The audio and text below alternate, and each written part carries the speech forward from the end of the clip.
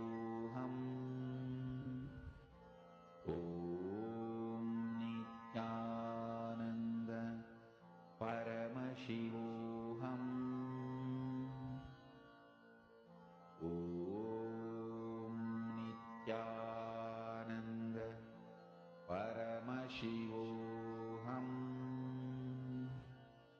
Om Nithyananda Paramashivoham.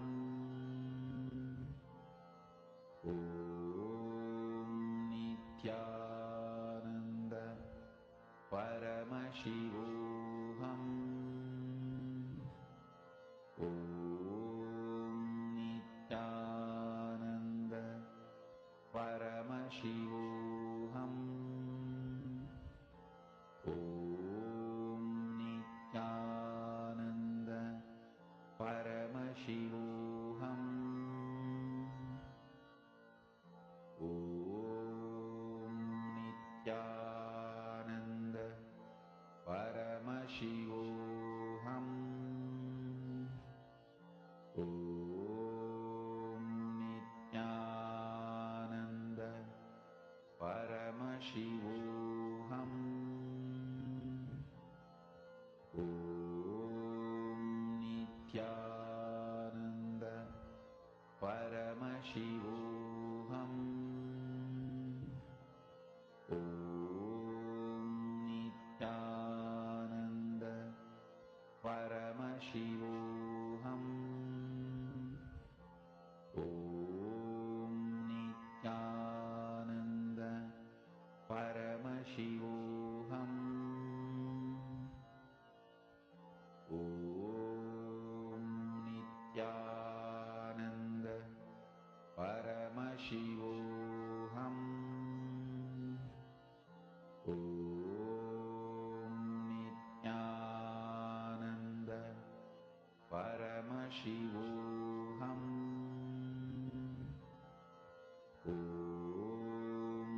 Nithyananda Paramashivoham. Om Nithyananda Paramashivoham. Om Nithyananda Paramashivoham. Om Nithyananda Paramashivoham. Om Nithyananda Paramashivoham. Yes.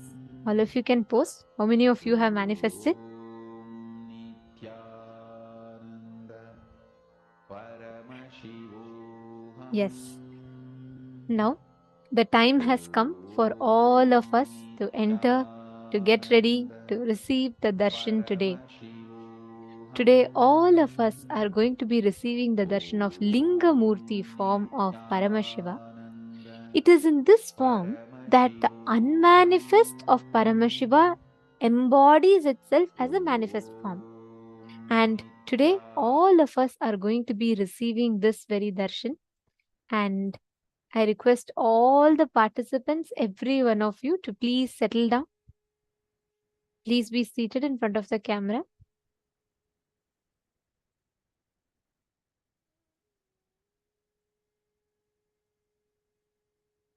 This darshan in particular represents the paratva, the conscious supremacy of Paramashiva, where he manifests himself as the essence. All the unknown, unmanifest, everything becomes known and manifested. That particular form is the Linga Murti form of Paramashiva. And today, as the Supreme Pontiff of Hinduism is in intense samadhi, Swamiji is manifesting for all of us intensely through his samadhi, and we will all be having the alive darshan played for all of us. I request all the participants to settle down. Please sit straight with your head, neck and spine in a straight line. Understand, even during alive darshan means he's alive, he's radiating, available. So all of you can post your questions, prayers, blessings, requests, boons to Swamiji, and Swamiji himself will be attending all of them. So please post all your blessing requests, messages to Swamiji, and During darshan, literally that has no past, no present and future. It just exists in the now. Connect intensely and you will be able to receive the initiation, all the powerful blessings from Swamiji. Let us all now get ready. Please sit straight. Chant the Mahavakya. Om Nithyananda Paramashivoham. Om Nithyananda Paramashivoham. Let us all get ready to receive the darshan. Paramashivoham